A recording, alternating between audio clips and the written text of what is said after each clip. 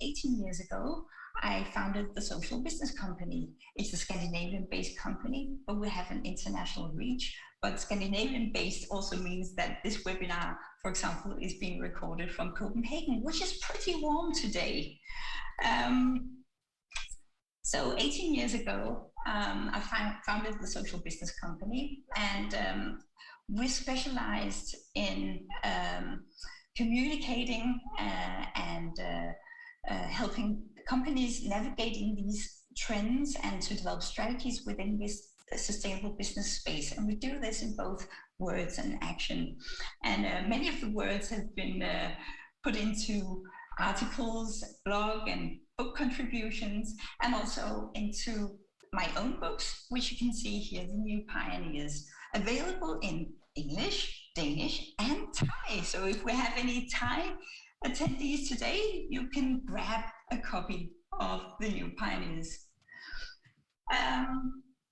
Our mission is to inspire and help companies and professionals create value for society and bottom line. So that's what drives us. And the way we do it on a daily basis is to provide training, consulting, advisory services, speaking about the trends that we're seeing and what this means for how to run a business. And then we have the club, our network forum. And a couple of years ago, the company was certified along with this growing global movement of companies who want to use their business as a force for good, just like Futera, which Solitaire has co-founded, but we'll hear more about that a bit later. So just shortly about the Social Business Club. I know many of you are already basic members, and basic membership basically means that you can access our group on LinkedIn, and an increasingly number of sustainability professionals have done so. Right now we have more than 3,400 members, and they have a diverse background, come from all parts of the world, and represent a wide range of disciplines and work with sustainability in many different ways. So what really is the common denominator is this interest, this passion for how to put sustainable business into action on a more daily basis.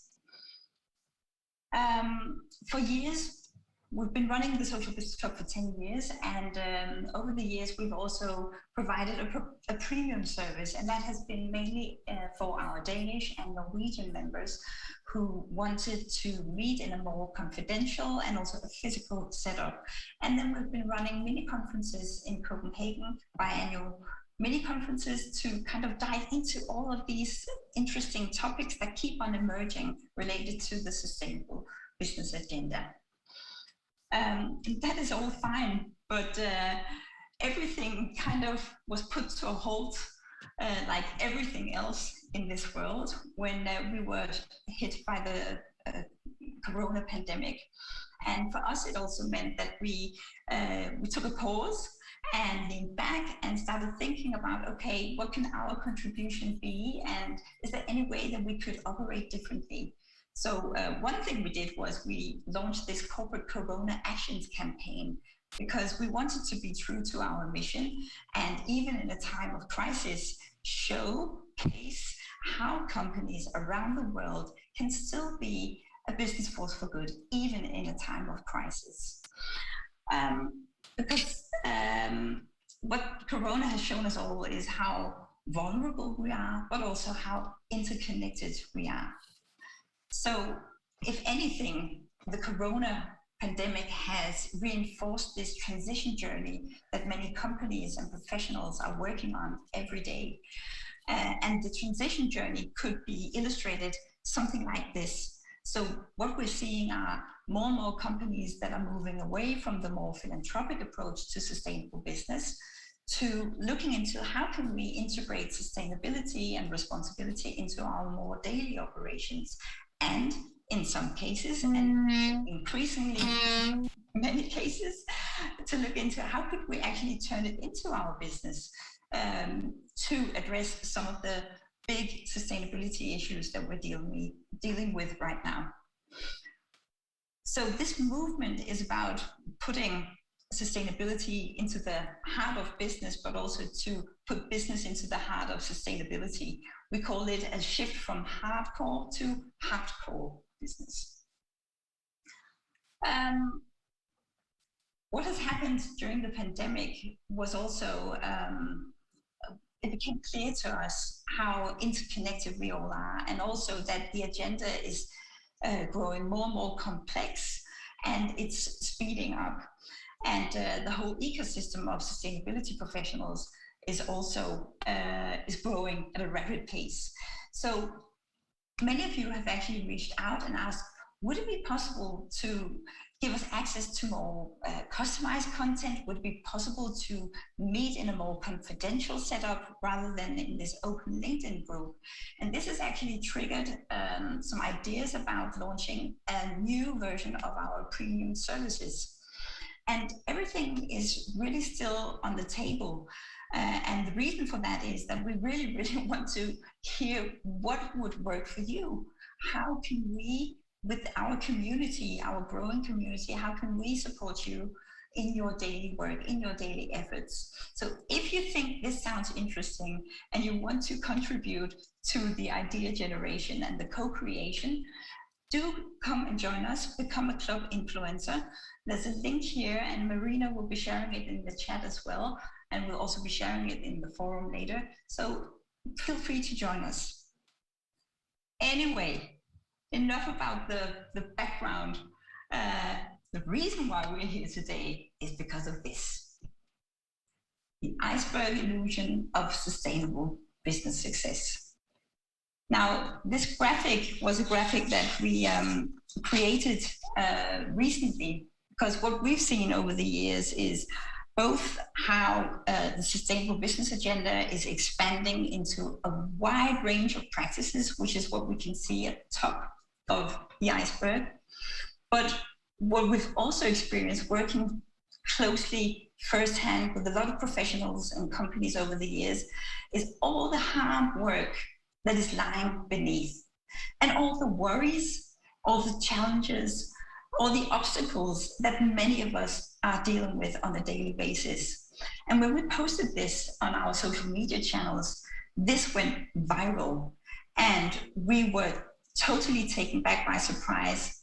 And then again, not really, because it really is a testimony to the fact that a lot of us are in the same boat, and we're experiencing both the same challenges, but also the same ambitions in terms of what we want to do in order to make this world just a little bit better for the coming generations.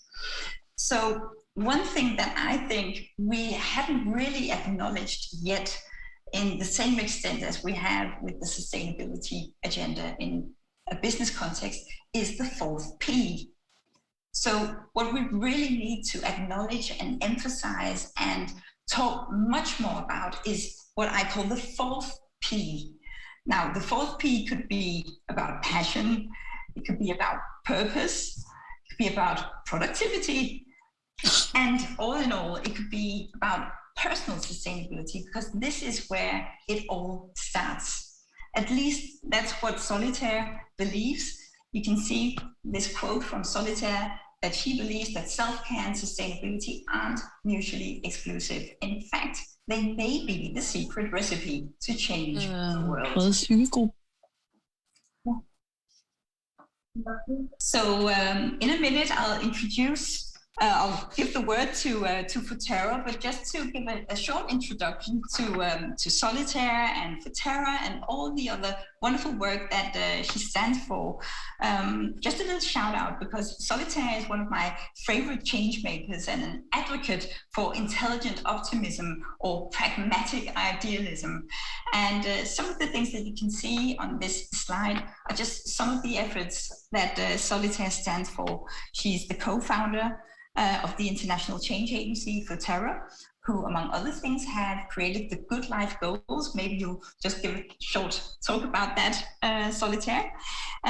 She's also the co-founder of She Is Sustainable events, which encourages young women in sustainability and purpose careers. She's the co-founder of the Climate Optimist movement, and she was named the Ethical Entrepreneur of the Year in 2006.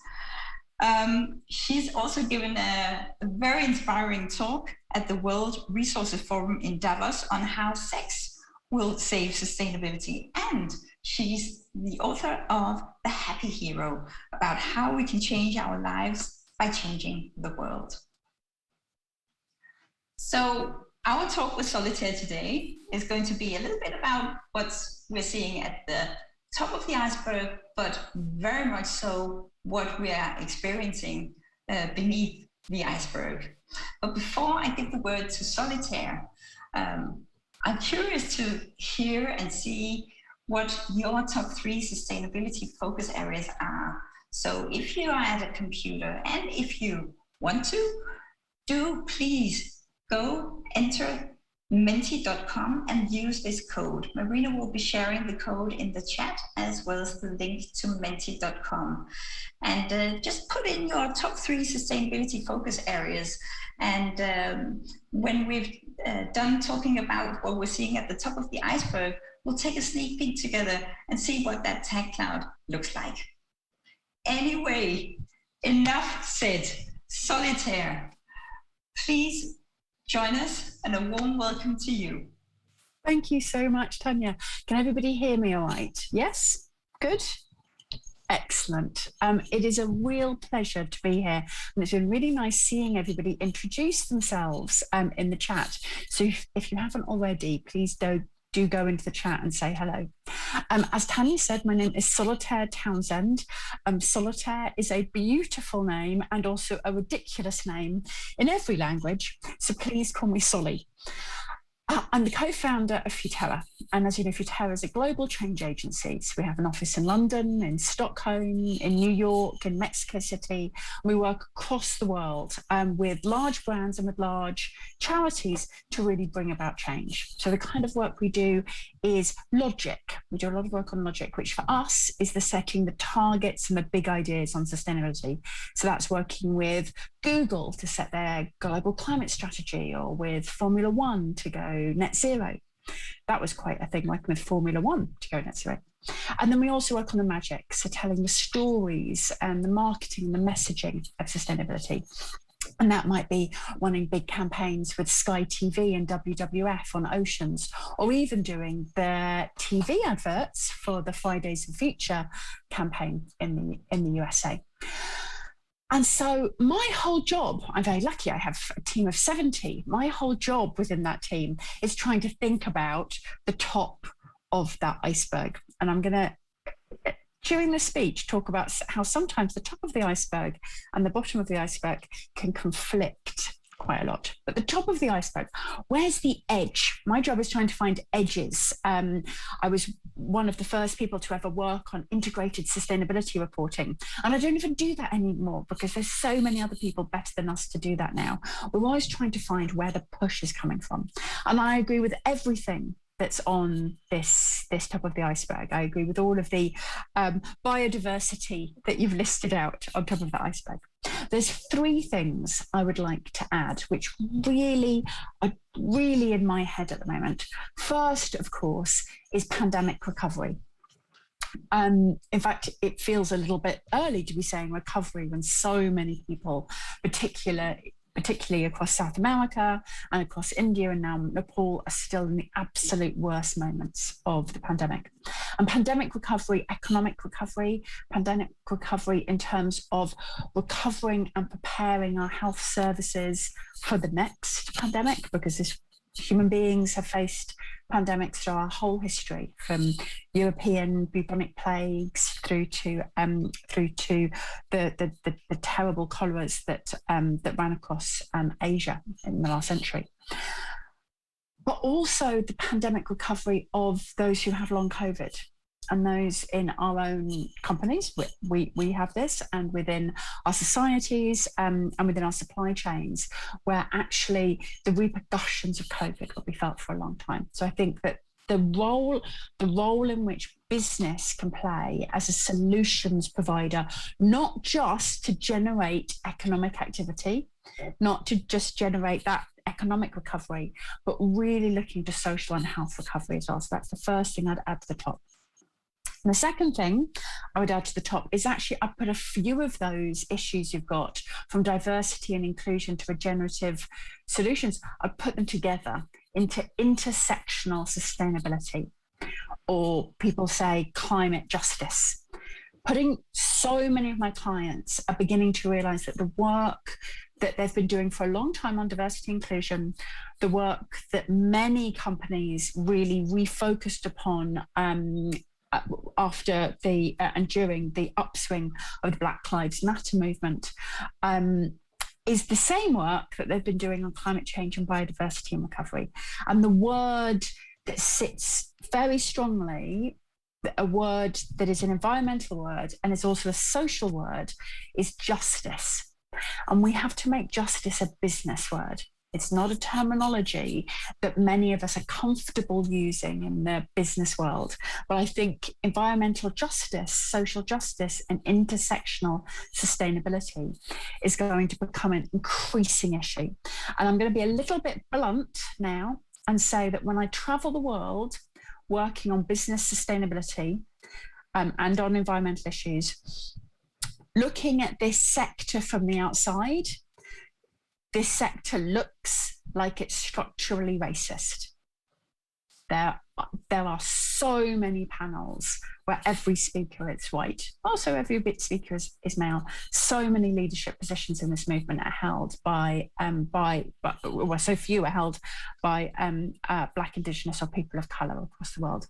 And that is a foolish position, as well as being an immoral one, for trying to make a change in the world. So that's a big thing which I think we're going to see, intersectional sustainability right on the top.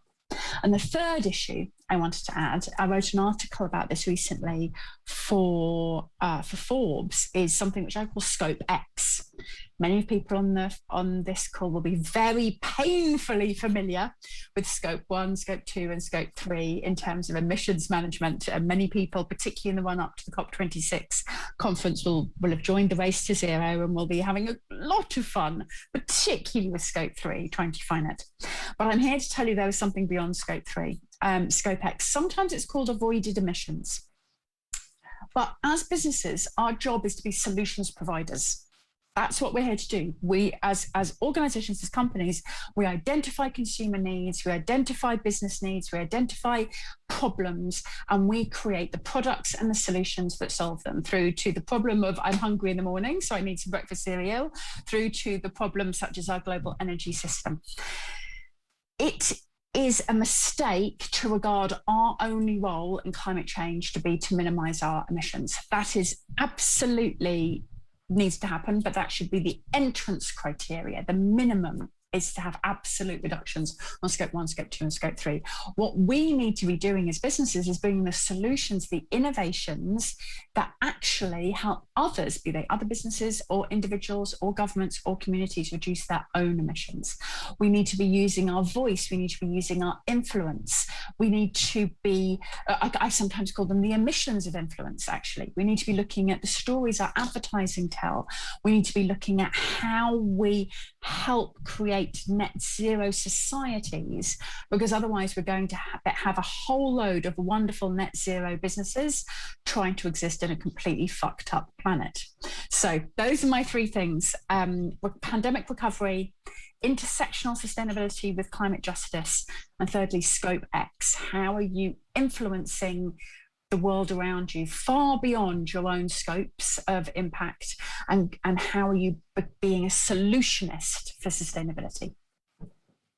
Thank you, Solitaire. And I would call you a tough optimist. That was a good call out to companies to step up, and it made me think, thinking of the transition journey that we just looked at in the introduction. Where are you seeing, where are companies, the companies that you're working with, how far are they? Are they ready to take these steps that you are calling out for? Or what's the picture that you're seeing? I'm lucky enough to get invited into a lot of boardrooms around the world, including with some of the largest blue chip businesses. And I've been doing so for 20 years. Sophie Terra is 20 years old this year. And the change that I've seen in just the last 2 years has been extraordinary. So I would say a number of businesses they're scared, they're not sure what to do about it, they're struggling, and they have a long tail of sunk costs and capital investment they've made in ways of doing things. So one of the things which I'm most excited about is Futerra is actually starting up a new part of our business. We're calling it Futerra Makes. And we're partnering with our clients to bring those radical solutions to the market in a way that sometimes a big business can be a bit slow to do. So the first one of those is a insect-based cat food in the UK called Lovebug. It's the first insect-based cat food in the UK. So no meat, no chicken, no fish. It's all in recyclable packaging, made in a factory that's renewably powered. And this is an innovation that my large a company partner, Mars Pet Care, had known about for a long time, but it needs to be brought to market in a disruptive way. I call it lifeboating, where you have these lifeboats, these small, innovative businesses that you begin around your main business that allow you to pivot faster than perhaps you might be able to move the tanker. And what are you seeing with Futerra Makes? Are the big corporations, are they ready to make this move, or is it the small startups who are changing the agenda here? So it's both. So what we're seeing is small startups and big businesses coming together. That's an example of Futerra Makes. But so many large businesses now have their innovation hubs, almost like VC investors. We're seeing a great deal of that, where businesses are increasingly aware that there is a significant transition moment coming. Ones in where some of their cash cow products and services may be regulated out of existence, or where the Gen Zs, the younger consumers, are not coming on board, and that their business model is based upon an aging consumer group. We're getting a lot of that, a lot of large companies whose average age of their consumer has been getting older and older and older, and they're not bringing in those Gen Z consumers. And so whether you're morally driven by the necessity to save the biosphere and to act responsibly to other human beings, which not all businesses are, or if you are a hardcore capitalist who cares about nothing except the bottom line, we're seeing that there is increasingly a reason to change. And I think particularly under the Biden administration in the US, and also around COP26, I think you're going to start seeing some really significant announcements from businesses.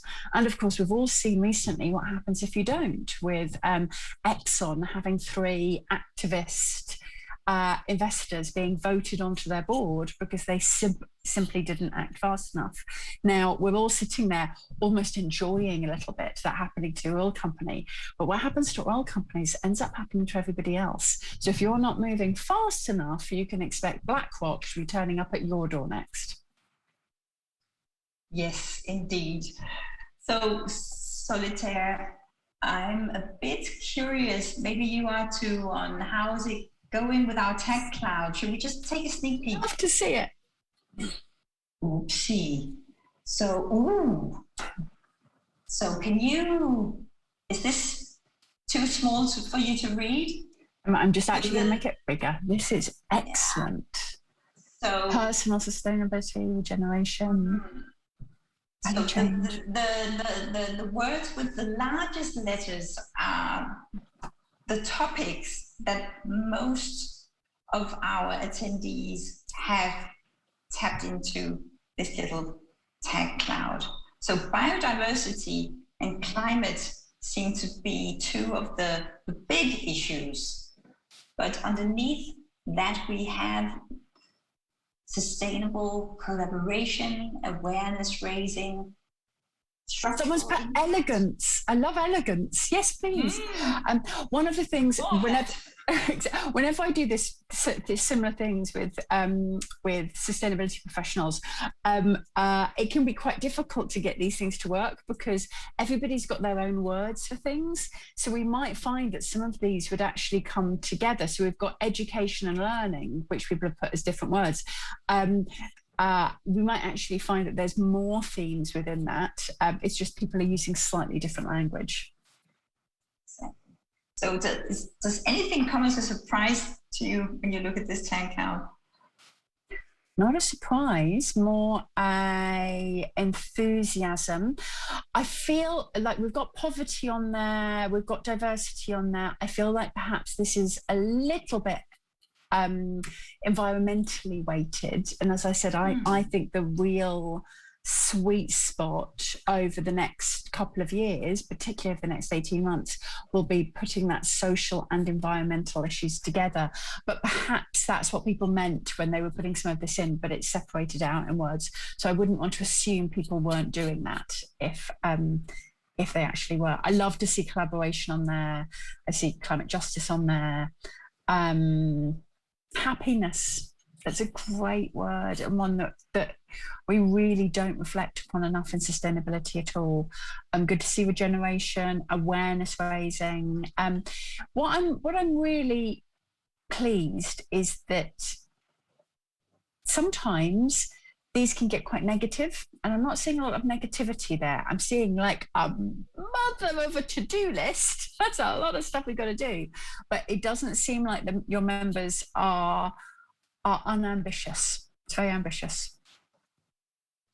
Yes, and well, I can certainly sign to that, and it really brings us to, well, all the difficult stuff, all the stuff that we're seeing beneath the iceberg. Yeah, happiness and elegance. I mean, those two keywords that you just emphasized from the tag cloud, they're not words that we hear the most when we talk about the sustainability agenda.